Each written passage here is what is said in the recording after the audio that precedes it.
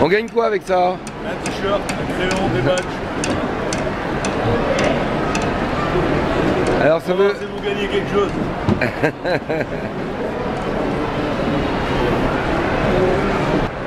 Jean-Marc, bonjour. Bonjour.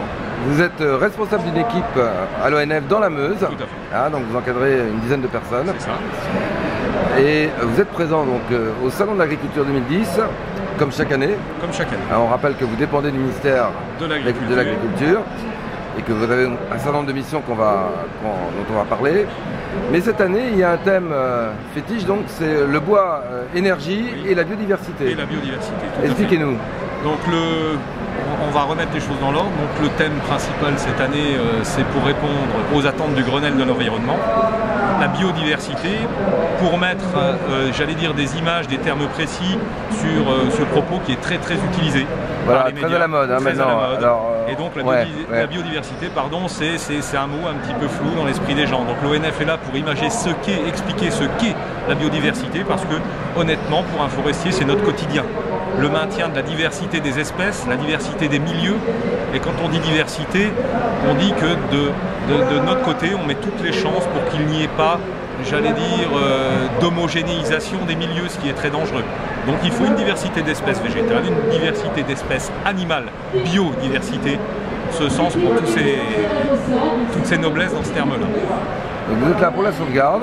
Sauvegarde des milieux, protection du patrimoine, du voilà. patrimoine vivant. Voilà, Oui. protection active. Hein. Active bien sûr. On va en parler après. Hein. Bon. Alors, bois énergie. Bois Donc, énergie. Prouver qu'on peut utiliser le bois On peut utiliser en le le bois gérant bien sans détruire la planète. Voilà. sans détruire la planète, Ouais. tout à fait. Donc l'utilisation du bois de chauffage, par exemple pour le milieu urbain, est assez difficile, hein, puisque la bûche traditionnelle est difficile à stocker, il faut quand même avoir de l'espace, avoir des moyens différents.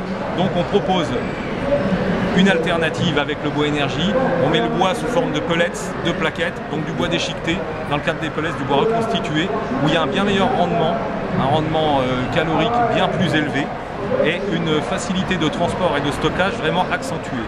D'un autre côté, ça permet de valoriser des sous-produits forestiers, c'est-à-dire des produits avec lesquels avant on n'avait pas ou peu de débouchés.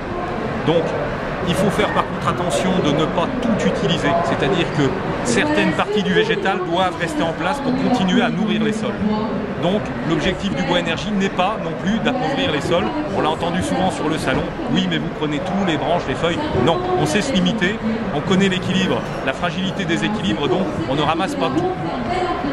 Alors, puisque vous parlez de ça, vous êtes vous dans un département où les gens sont quand même relativement respectueux de la forêt, de l'environnement. Oui, oui.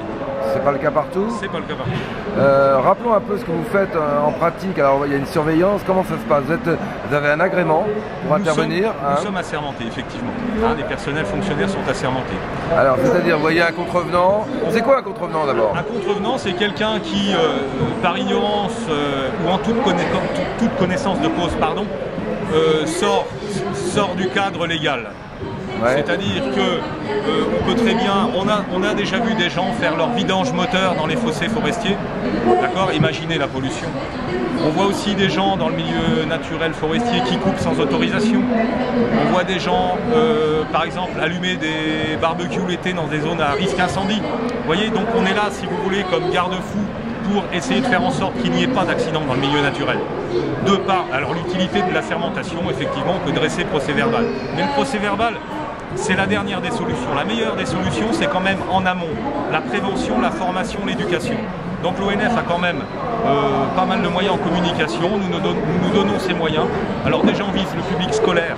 Hein, accompagnement des écoles. Accompagnement des écoles. Ensuite, grand public, il y a beaucoup de missions grand public sur l'information, sur notre activité, sur la sensibilité des milieux naturels. Ça se passe dans les régions. Donc oui, il y a une vraie action de formation à la sensibilité du milieu et à ses risques. Alors vous, votre travail de responsable territorial, ça consiste en quoi en pratique? En pratique, donc j'encadre une équipe de 9 techniciens opérationnels qui sont des fonctionnaires de l'établissement et nous mettons ensemble tout en œuvre pour atteindre les objectifs qui nous sont confiés par la direction, par l'Office national des forêts. Donc notre métier, c'est de mobiliser du bois, c'est-à-dire qu'il faut faire vivre une filière bois quand même assez importante en France. Et donc c'est à nous, en approvisionnant la filière, j'allais dire en flux tendu, à faire le nécessaire, le maximum pour que cette filière ne soit pas fragilisée. Nous assurons aussi les travaux forestiers pour les collectivités ainsi que pour les particuliers. Donc nous mettons aussi notre propre main-d'œuvre qui est formée et bien formée en œuvre. Nous avons, j'allais dire, une population d'ouvriers forestiers qui est proche, je crois, de 3000 personnes, qui sont des ouvriers sylviculteurs et bûcherons très compétents, formés, habillés, qui travaillent en toute sécurité et qui interviennent dans les milieux naturels pour le compte des collectivités locales de l'Office national des forêts.